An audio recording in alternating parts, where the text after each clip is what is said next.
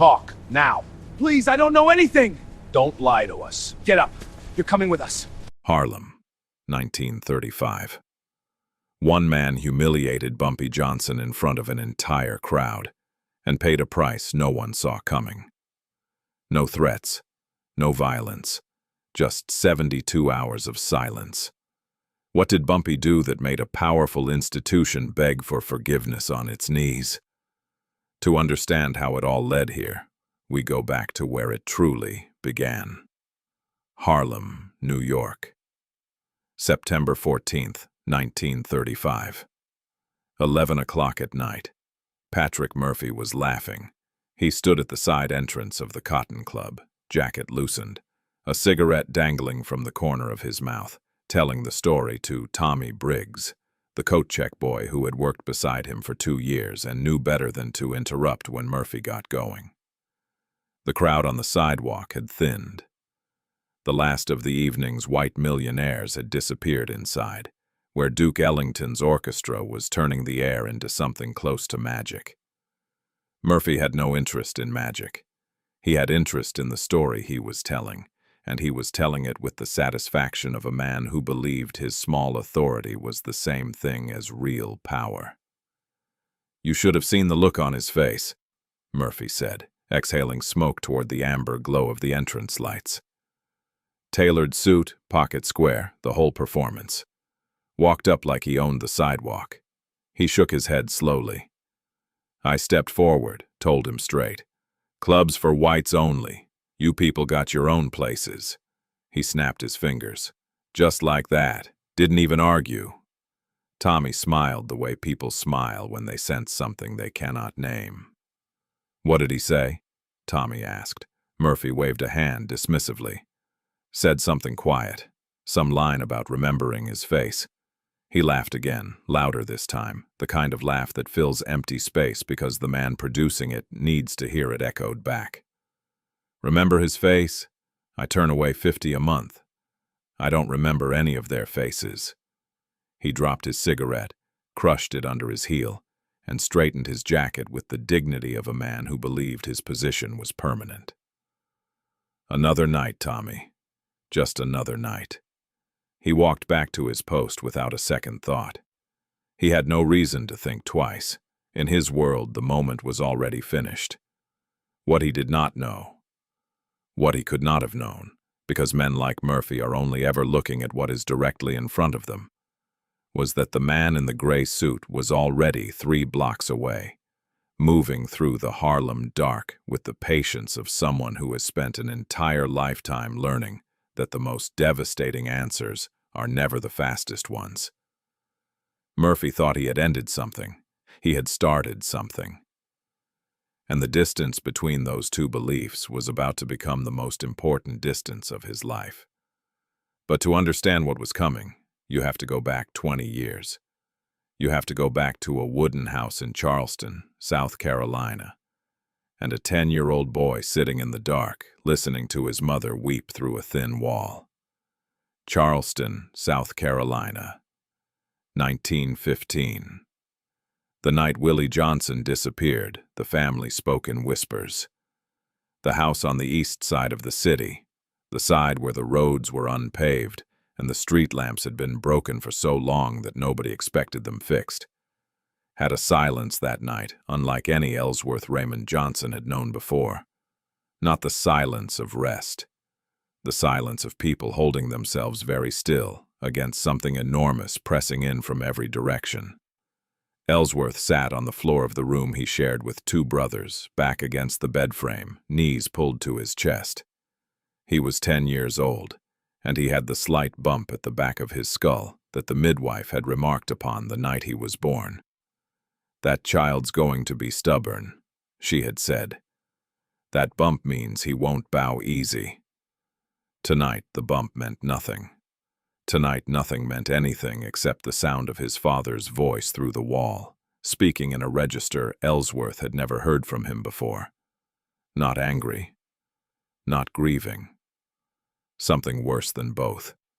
A man confirming what he had always feared was true. Willie was 17. Willie had been accused of something involving a white man, a dispute, a version of events that did not matter to anyone with the authority to act on it. In Charleston in 1915, an accusation against a black man was its own verdict, and the verdict was delivered not by courts but by crowds, not by law but by the particular violence that lived just beneath the surface of every interaction in the Jim Crow South, waiting for a reason. Their parents spent everything they had saved, bills folded in a coffee tin beneath the floorboards, years of dock work and taken-in laundry compressed into a single, desperate decision. On a train ticket north. Willie had to leave before morning, before the wrong people decided that accusations were not enough. By the time the sun came up, his brother was gone. Ellsworth did not cry. He sat in the early morning gray and felt something settle inside him, the way cold iron settles to the bottom of deep water. Not with drama, not with noise, but with a finality that changes the shape of everything above it. He felt it the way children feel the things that will define them. Completely, permanently, without the vocabulary to describe it, but with a certainty that requires no words. The world had just taught him its most fundamental lesson, and it had taught him without mercy. Weakness is not simply dangerous. Weakness is an open door, and the world will walk through it without knocking, without apology, without any acknowledgement that it has taken something that was not offered. The only protection was not to be weak. And the only way not to be weak, he understood with a clarity beyond his years, was to be smarter, faster, and 3 steps ahead of every room he entered for the rest of his life. That lesson would live inside Bumpy Johnson like a compass needle, orienting every decision, every silence, every unhurried response to provocation that people around him would later mistake for calmness. It was not calmness, it was preparation. There is a difference, and the difference is everything. 4 years later, that lesson walked off a train at Pennsylvania Station and into a world it had never imagined. Harlem, New York, 1919. The city hit 14-year-old Ellsworth Johnson like a current he had not braced for. He had expected New York. He had not expected this. 125th Street on a Saturday afternoon in 1919 was a revelation, with no equivalent in anything his Charleston years had prepared him to receive. Black men in sharp suits moved through the streets with their shoulders back and their chins level, not angled down, not scanning the faces of passing white strangers for permission or warning, but simply forward, belonging to the space they occupied the way people belong to space when nobody has ever told them they shouldn't. Black women ran storefronts and negotiated prices and laughed in the open street with the freedom of people who have decided, collectively and irreversibly, that this particular ground is theirs.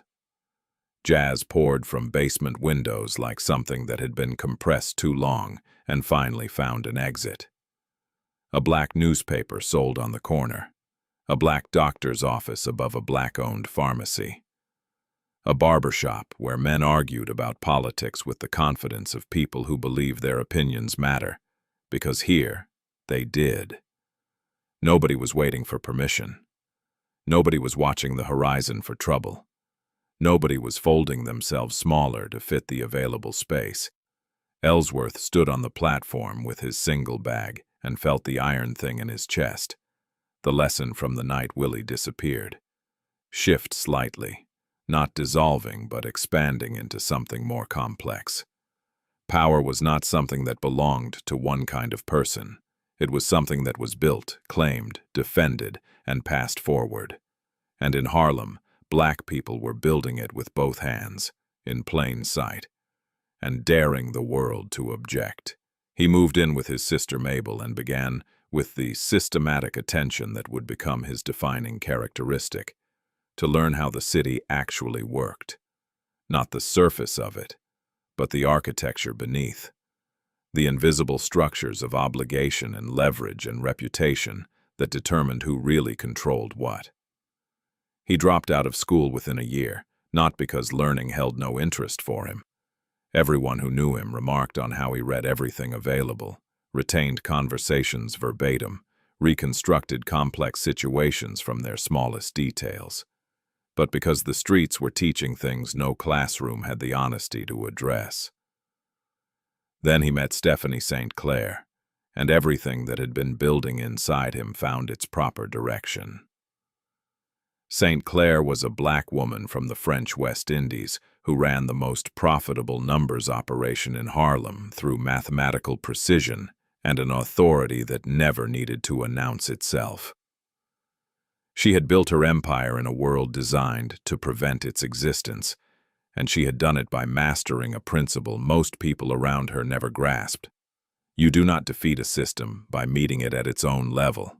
You defeat it by understanding it more completely than the people running it, and then using that understanding as leverage. She saw Bumpy Johnson clearly from the beginning. He watches before he moves, she told her accountant the week after she brought him on. Most men watch to know when to strike. He watches to understand. That is a different thing entirely. For 5 years, Bumpy learned the architecture of real power under St. Clair's guidance. Not the crude version built on intimidation alone, but the sophisticated version built on information, on loyalty that was earned rather than extracted, on knowing what every person in every room needed before they knew it themselves. He played chess with obsessive dedication, studying positions before sunrise, working through endgames with the focus of someone who has decided that the board is not a game but a language, and that fluency in that language is the same as fluency in power itself. He was in his mid-20s when Dutch Schultz decided that Harlem's numbers racket belonged to him. And what followed was 4 years of pressure and adaptation that forged Bumpy Johnson into something that could not be broken by conventional means. But the moment that defined him most completely during those years was not dramatic. It was a Tuesday afternoon in a third-floor apartment on 131st Street, when Schultz's men came to collect and found Bumpy Johnson sitting alone at a small table by the window, a chessboard open in front of him, playing both sides of the game with the unhurried focus of a man with nowhere to be. He did not stand when they entered. He looked up the way a person looks up from something they intend to return to, and then return to it. "You're collecting for Dutch now," the lead man said, and placed a pistol on the table with the weight of someone who considered the conversation already finished. Bumpy moved a knight. "I'm collecting for Queenie," he said. "Dutch owns this block." Bumpy moved a bishop. "Check," he said quietly. The man reached across the table and grabbed his collar. What happened next took less than 4 seconds. The door opened. Calvin, the numbers runner, had a shotgun he had been holding behind it. The building superintendent materialized in the hallway with a baseball bat. The woman in the apartment directly above leaned from her window with something that caught the afternoon light in a way that removed all ambiguity. 3 directions. 3 people who had been there the entire time, invisible and waiting, for a signal that Bumpy had never visibly given. "You can make a decision right now," Bumpy said, his collar still in the man's fist, his voice carrying the exact tone of a teacher explaining something to a student who is about to make an irreversible mistake. "But you should understand that whatever you decide, you will not reach the stairs." They released him. They left. And the story moved through Harlem the way certain stories move, not because they were told, but because people felt their implications in the quality of the air afterward. Bumpy Johnson was not protected by guns. He was protected by people. Every building, every floor, every window on every block he had spent years quietly investing in. The community was not his shield. The community was his fortress, and he had built it one act of genuine loyalty at a time. By September 1935, Bumpy Johnson walked Harlem with the ease of a man who has resolved every variable in the equation around him. He had outlasted Schultz. He had made peace with the Italians. He controlled 30 blocks of prime territory, and carried himself with the particular calm of someone who has learned that real power does not need to be performed. He wore tailored suits and smoked Cuban cigars, and gave chess lessons to teenagers in Marcus Garvey Park, with the patience of a man who understands that the most important moves are the ones made before the other player realizes the game has begun. On the night of September 14th, he had been invited to the Cotton Club by Jacob Weinstein, a businessman who needed a delicate problem resolved and understood that Bumpy Johnson was the only person in Harlem trusted enough on all sides to resolve it. It was reasonable. It was professional. It was the kind of arrangement that made everyone money, except nobody had informed Murphy. When Bumpy approached the entrance at 10:45 that evening, Murphy saw exactly what he always saw. A black man in an expensive suit approaching a door he was not supposed to reach. And he responded exactly as he always responded. He stepped forward. He spoke loudly enough for the sidewalk to hear. He delivered his standard dismissal with the practiced confidence of a man who has performed the same action hundreds of times without consequence. The sidewalk went quiet. Not because the words were new. In Harlem in 1935, those words were not new. The sidewalk went quiet because of who those words had just been aimed at. Every performer arriving for the evening's show recognized the face, the suit, the slight elevation at the back of the skull. Every Harlem regular within earshot knew exactly who was standing at that entrance. Everyone, that is, except the man blocking it. Bumpy did not raise his voice. He did not move his hands. He looked at Murphy the way a chess master looks at an opponent who has just made the move that ends the game. Not with anger, not with contempt, but with something colder and far more precise. The look of a man who has just seen, with complete clarity, exactly how everything that follows is going to unfold. "Remember my face," Bumpy said. His voice was quiet enough that the people at the edge of the crowd leaned in slightly to catch it. "You're going to be thinking about it for a very long time." Then he turned and walked away. Murphy watched him go, and then he laughed. He turned back to the door. He waved through the next couple. He returned to his evening, entirely satisfied, completely certain that the moment was finished. He was wrong. The moment had not finished.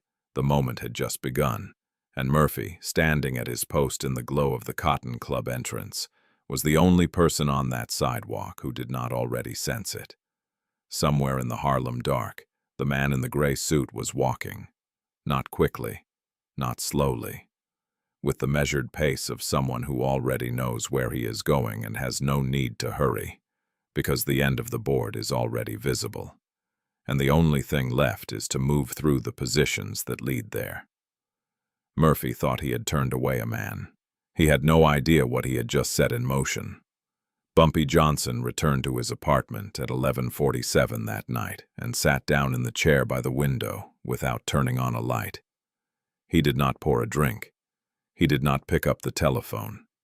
He did not call anyone, summon anyone, or send word to any of the dozen men across Harlem who would have moved immediately at a single sentence from him. He simply sat in the dark, in the chair he had owned for 11 years, in the apartment where he had made decisions that shaped the fate of entire blocks. And he was completely still. 2 hours passed. People who knew Bumpy Johnson well, and there were very few who knew him well, because the version of himself he showed the world was a carefully edited one, understood that his silences were not empty. They were the most productive hours of his existence. Other men thought out loud, needed the friction of conversation to arrive at conclusions, required external pressure to sharpen their thinking. Bumpy did none of that. He went inward the way a surgeon goes into a chest cavity, with precision, without rush, following structures that only he could see clearly. In the Harlem underworld, men who had crossed him and survived the experience often said the same thing afterward. It was never the moment he raised his voice that frightened them. It was the moment he went quiet. The stillness before Bumpy Johnson moved was the most dangerous thing most of them had ever been near. It was the silence of a man who had already finished thinking and was simply waiting for the right moment to act. The way a chess master sits motionless after seeing checkmate 12 moves ahead. Not because he is uncertain, but because he is completely certain and is taking the time to verify every line. Murphy had no idea that in an apartment 3 blocks from where he stood laughing at his post, a man was sitting in total darkness and dismantling him piece by piece. By the time Bumpy finally reached for the telephone at 1:30 in the morning, he was not angry. He had never been angry, not truly, not in the way that Murphy probably imagined he would be. Anger was an instrument of people who had no better tools available. Bumpy had better tools. What he felt, as he dialed the first number with the deliberate patience of a man who has made this kind of call before, was something colder and more purposeful than anger. It was clarity. The first call was to Stephanie St. Clair. St. Clair answered on the second ring, which meant she had been awake, which meant she had already heard something through the network that connected every significant person in Harlem to every other significant person in Harlem within hours of anything consequential occurring. She said nothing when she picked up. She waited, because she knew who was calling, and she knew that he would speak when he was ready, and not a moment before. "I need everything on a man named Patrick O'Connor," Bumpy said. "Doorman at the Cotton Club. Irish. About 38. I need it by morning." St. Clair did not ask why. In 20 years of working alongside Bumpy Johnson, she had learned that his requests were always preceded by sufficient reason, and that the reason would become clear in time. "By morning," she said, and the line went quiet. The second call was to Fat Tony Romano, an Italian operator who had been on the wrong side of the Schultz War and had survived it largely because Bumpy had, at a critical moment, chosen not to press an advantage he could have pressed.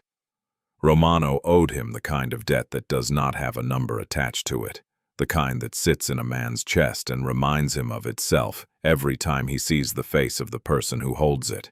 "Who runs day-to-day operations at the Cotton Club?" Bumpy asked. "Not who owns it, who manages it." "Herman Stark," Romano said without hesitation. "Why?" "Because someone on his staff just made a decision that Stark is going to want to correct." There was a pause. "How bad?" "Bad enough that I'm calling you at 1:30 in the morning." Romano understood. "I'll make sure Stark knows you have an interest in the matter." The third call was to Sergeant Willis of the 135th Street Precinct, one of the few men in a uniform that Bumpy genuinely respected. Not because Willis could be managed, but precisely because he could not.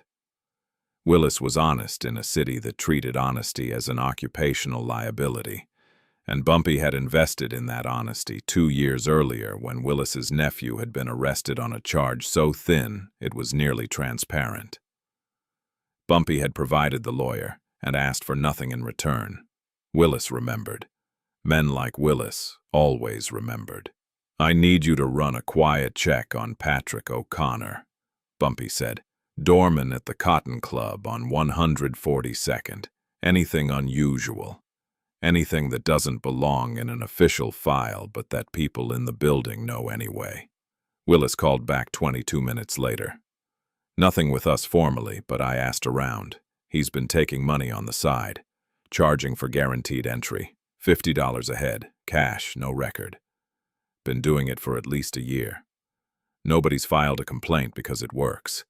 Pay him and you get in. Guaranteed." Bumpy said nothing for a moment. "How many people?" he asked. "Enough," Willis said. "Some names you'd recognize." Bumpy thanked him and put down the telephone. He sat back in the chair in the dark, and for the first time that night, he allowed himself a small and unhurried smile. Not the smile of a man who has gotten lucky. The smile of a man who has just confirmed what he already suspected, that the person who had tried to diminish him was not, in fact, a man of principle enforcing a policy he believed in. He was a small man, running a small operation on the side, hiding behind institutional authority to make himself feel larger than he was. Murphy had not turned Bumpy away because of rules. He had turned Bumpy away because he enjoyed it, because the power to dismiss someone was the only real power he had ever held. That distinction mattered enormously. It meant Murphy had no protection. It meant his bosses had every reason to be embarrassed by him, and no reason at all to defend him. The machine, assembled quietly in the dark over 3 phone calls and 2 hours of silence, was now in motion. Tuesday evening arrived the way Tuesday evenings always arrived at Flanagan's pub on the west side, with the ordinary rhythm of men who have finished their workday and need somewhere to put the weight of it. Murphy came in at the usual hour, ordered his usual whiskey neat, and took his usual position at the bar with the ease of a man in a place that has always been safe for him. The bartender poured the drink with an expression Murphy did not register, because Murphy rarely registered the expressions of people he considered beneath him. He was on his second glass when the 2 men came in. They were not neighborhood regulars. Their suits were too deliberate, their posture too purposeful, their eyes moving across the room with the practiced efficiency of people who always know where every exit is. They sat down on either side of Murphy at the bar with the unhurried coordination of people who have done this before and find it unremarkable. Murphy looked at the one on his left, then at the one on his right, then at his drink. "Patrick O'Connor," the man on the left said, not a question, a confirmation. Murphy's hand tightened around his glass. "Who's asking?" "Friends of Jacob Weinstein. We understand there was an incident Saturday evening at the Cotton Club entrance. I was doing my job." "Your job," the man on the right said, in the tone of someone repeating a phrase they find mildly interesting, "is to verify invitations and maintain order at the entrance. It is not, as far as anyone's employment agreement is concerned, to charge private admission fees to patrons seeking guaranteed entry." Murphy went still. The man on the left reached into his jacket and placed a folded piece of paper on the bar between them. He did not unfold it. He simply left it there. The way you leave a document when you want someone to understand that the document exists and that you are choosing, for the moment, not to open it. "Mrs. Eleanor Van Cortlandt," the man said. "October 3rd. $50 cash. She wanted a table near the stage for her husband's birthday." He paused. "Senator Morrison's nephew. October 19th. Same amount. He had a guest he didn't want formally registered." Another pause. "A Broadway producer whose name you'll recognize. 3 separate occasions in November. $150 total." He tilted his head slightly. "We have 14 names, Mr. O'Connor. Dates, amounts. In some cases, the specific requests that accompanied the payments. It is a complete record." Murphy's face had gone the color of old plaster. "What do you want?" he asked. His voice was steady, which surprised even him. "Tomorrow night," the man on the left said, standing with the same unhurried ease with which he had sat down. "A man in a gray suit will approach the Cotton Club entrance. You will greet him by name. You will apologize, clearly and audibly, for the misunderstanding on Saturday evening, and you will escort him personally to his table." He buttoned his jacket. "That is all." Murphy stared at the folded paper on the bar. "And if I do that, this goes away?" The man on the right looked at him for a moment with an expression that was not unkind, which somehow made it worse. "Mr. O'Connor, the original is already with Mr. Stark's accountant. What you're holding is a copy, so that you understand clearly what already exists." He stood. "What happens to what already exists depends entirely on what happens tomorrow night." They left Murphy sitting at the bar, both hands flat on the wood, staring at a glass of whiskey he no longer wanted, in a pub that no longer felt safe, understanding for the first time, and with complete clarity, that he had not, on Saturday evening, turned away a man who had nowhere else to go. He had insulted a man who had already known, before the conversation was finished, exactly how it was going to end. The following evening arrived cold and clear. Word had moved through Harlem the way Harlem words always moved, not through any single announcement, but through the accumulation of small signals. A look here, a sentence there. The particular way certain people positioned themselves on certain blocks at certain hours. By 10:30, the sidewalk outside the Cotton Club held more people than a Tuesday night had any ordinary reason to produce. They stood with the careful casualness of an audience that does not want to admit it is an audience. Murphy saw them from his post and understood what they meant. His hands were steady only through an act of will that cost him more than anything he had spent in years. At 10:45, Bumpy Johnson turned the corner onto 142nd Street, wearing the same gray suit he had worn 3 nights before. He walked at the same pace he always walked, unhurried, deliberate, belonging entirely to the space he moved through. The crowd on the sidewalk parted slightly without anyone making a decision to part. He approached the entrance and stopped, and Murphy stepped forward, and the street held its breath. "Mr. Johnson." Murphy's voice was loud enough for the sidewalk to hear, which was the requirement, and it cost him something to produce it at that volume. "I owe you a sincere apology for what happened here on Saturday evening. It was a serious error on my part, and I am sorry for it. Please allow me to escort you inside." He held the door open. He waited. The crowd watched. Bumpy Johnson stood at the entrance of the Cotton Club and looked at Murphy for a long moment, not with triumph, not with contempt, but with the same quiet assessment he had offered 3 nights ago, the look of a man reading a situation completely before deciding how to respond to it. Then he looked at the open door, then back at Murphy, and he smiled. Not warmly. The smile of a chess master who has just watched his opponent make the only move available to him and finds the confirmation of his prediction more satisfying than any surprise could have been. "I appreciate the apology, Murphy," he said. "I do." He let the pause sit for exactly as long as it needed to sit. "But I don't think I'll be coming in tonight." He took one step back from the entrance. "I just needed to make sure we understood each other." He turned to leave, then stopped, as if a final thought had arrived naturally, rather than having been placed there with precision. He looked back over his shoulder at Murphy, who was still holding the door open, the arm beginning to tremble slightly, with the effort of maintaining the gesture in the absence of anyone to receive it. "I'd start thinking about what comes next," Bumpy said. "Men who can't tell the difference between following orders and making enemies don't tend to last long in any business." He paused once more. "Take care of yourself." Then he walked back into the Harlem night, and the crowd on the sidewalk let out its breath in a long, collective exhale that was not quite sound and not quite silence, but something in between.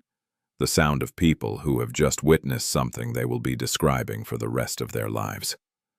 Murphy stood at the open door of the Cotton Club with nobody to let in and the full weight of the evening settling over him like something physical. Herman Stark was waiting in his office the following morning with the expression of a man who has been awake longer than he wanted to be and holds the person in front of him responsible for it. Murphy sat across the desk without being offered a seat because Stark had not offered him one. The termination was brief, professional, and final.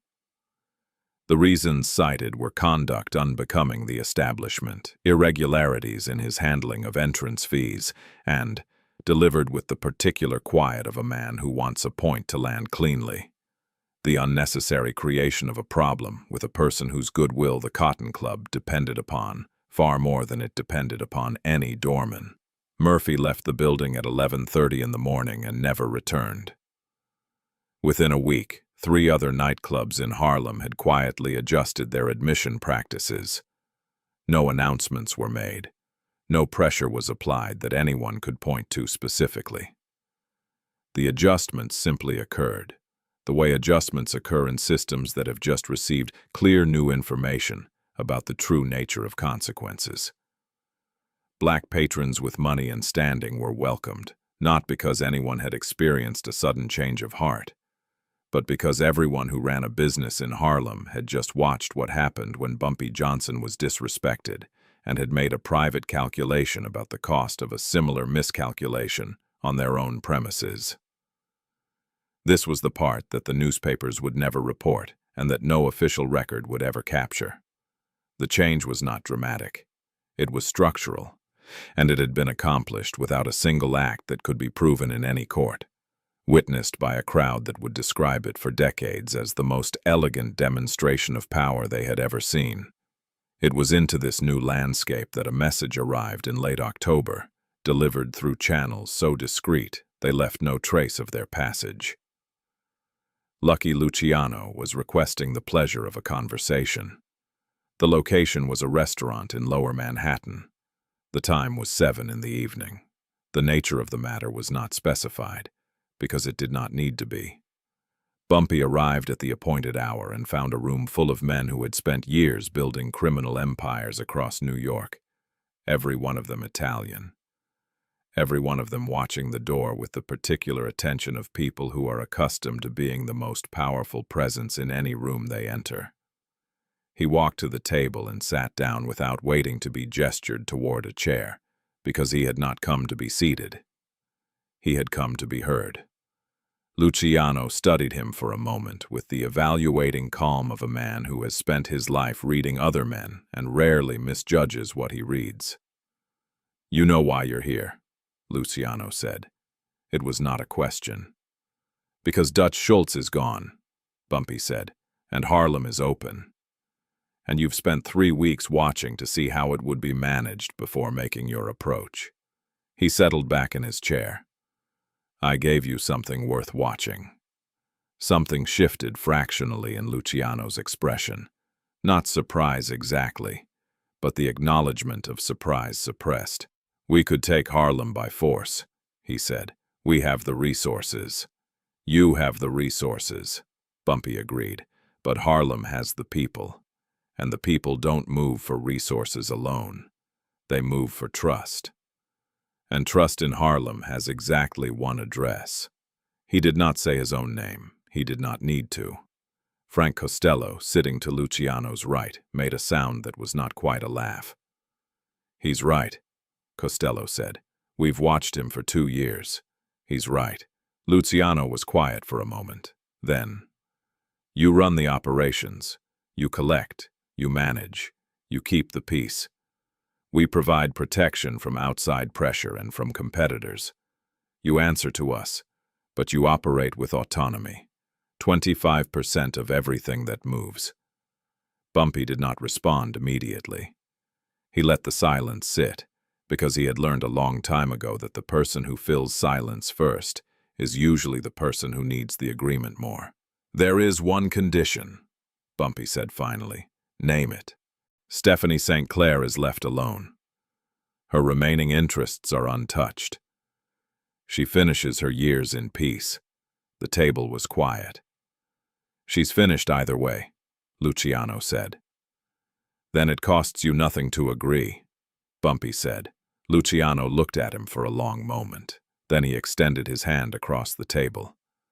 Bumpy shook it. Outside, Harlem continued its nightly business. The jazz, the numbers, the conversations on corners, the whole extraordinary machinery of a community that had survived everything the century had thrown at it so far.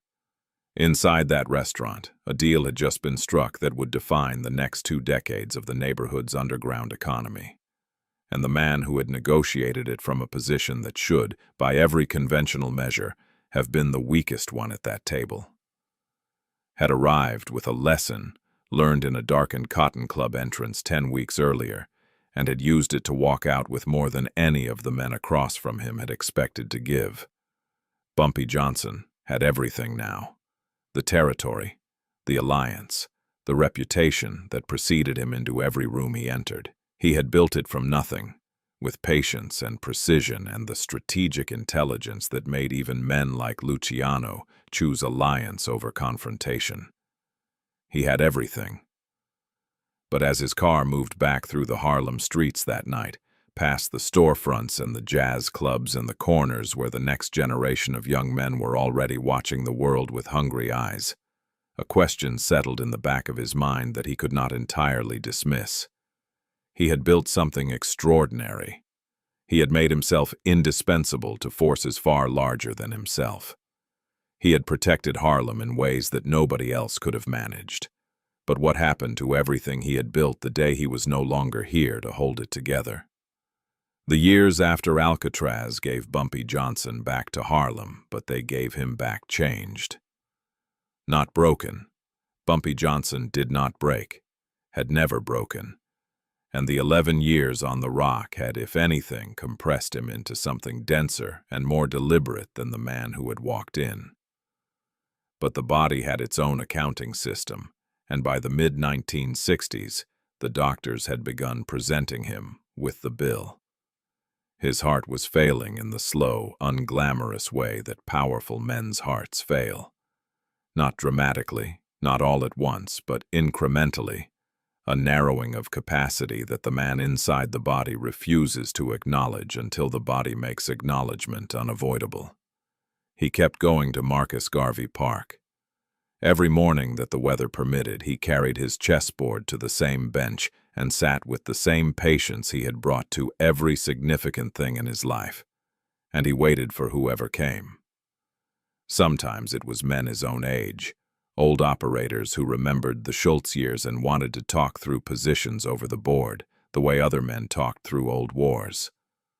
More often it was young men, teenagers from the surrounding blocks who had grown up hearing his name attached to stories that had grown larger with each retelling, and who approached the bench with the particular mixture of reverence and bravado that young men bring to encounters with legends they are not entirely sure are real.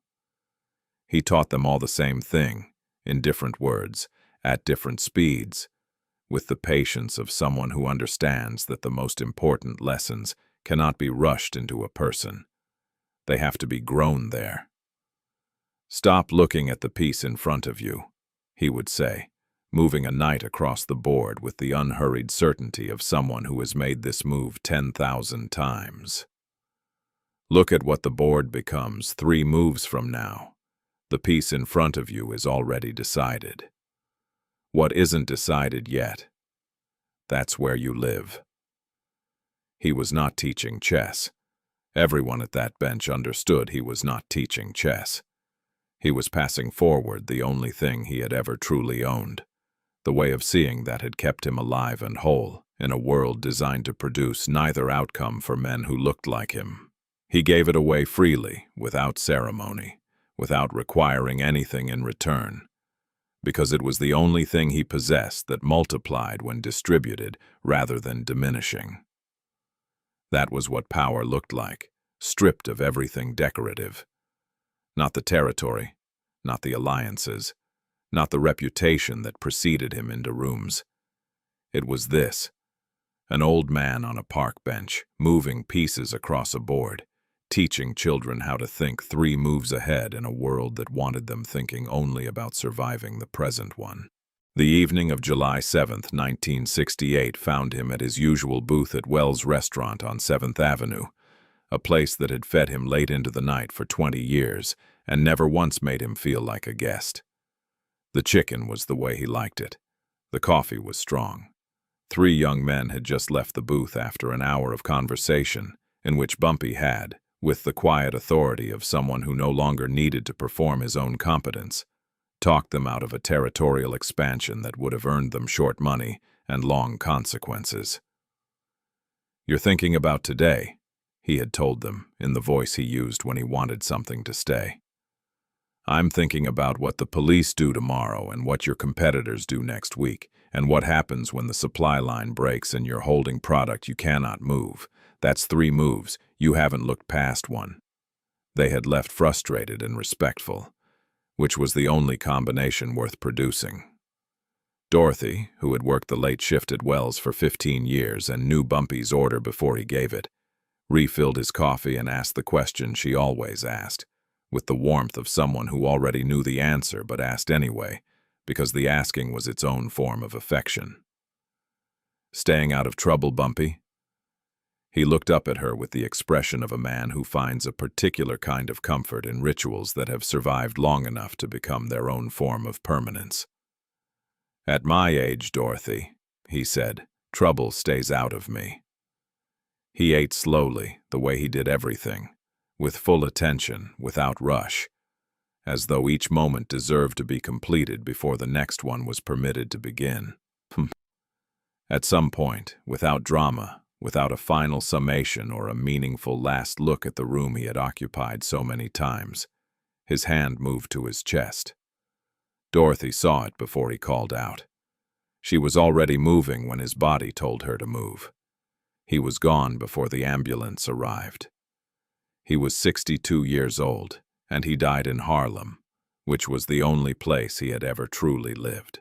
5,000 people came to the funeral at St. Martin's Episcopal Church 5 days later, and not one of them had been formally invited, because formal invitations are for events that people need to be persuaded to attend. Italian men in dark suits stood beside ministers who had never approved of anything Bumpy Johnson did professionally, and had never stopped respecting everything he had done for the community. Politicians stood beside numbers. Runners, legitimate businessmen, stood beside men whose business had never been entirely legitimate. They came because the debt was real, even when the nature of it was complicated, and because some absences announced themselves to a neighborhood the way a structural wall announces itself when it is removed, not with noise, but with the sudden, irreversible sense of everything above it shifting. Patrick Murphy had died 12 years earlier in 1956, working as a janitor in a Brooklyn warehouse. He died with no ceremony and no crowd, and the neighborhood that had once watched him exercise his small authority over a door had long since stopped thinking about him at all. History had not been unkind to Murphy. History had simply declined to notice him, which is the verdict history reserves for people who confused a borrowed position with actual power and spent their authority on the wrong things. Woodlawn Cemetery in the Bronx holds Bumpy Johnson now, among jazz legends and architects of Black American culture whose names are spoken with the particular reverence reserved for people who built something that outlasted their capacity to protect it. His stone is simple. Name. Dates. Nothing else, because he never needed anything else to make a room understand what it was dealing with. People still come. Historians come, and family members and documentary filmmakers and occasionally academics who are trying to explain something about power and community and the complicated moral ledger of a man who protected the neighborhood with one hand and profited from its vulnerabilities with the other. They leave flowers sometimes. They leave notes. But the ones who leave chess pieces are not the historians or the academics or the people who knew him. They are young people from Harlem who never met him, who were born decades after the night he walked away from Murphy's apology on a sidewalk on 142nd Street, who heard the story from someone who heard it from someone who was there, and who understood instinctively, with the comprehension that skips over explanation and lands directly in the chest, what the story meant. They never sat at his bench. They never heard his voice. But they think 3 moves ahead when the world wants them thinking about only one. And somewhere in the architecture of that habit is the shape of everything Bumpy Johnson spent his life building and giving away. Real power does not leave an echo. It leaves a change. Quiet, durable, and requiring no signature.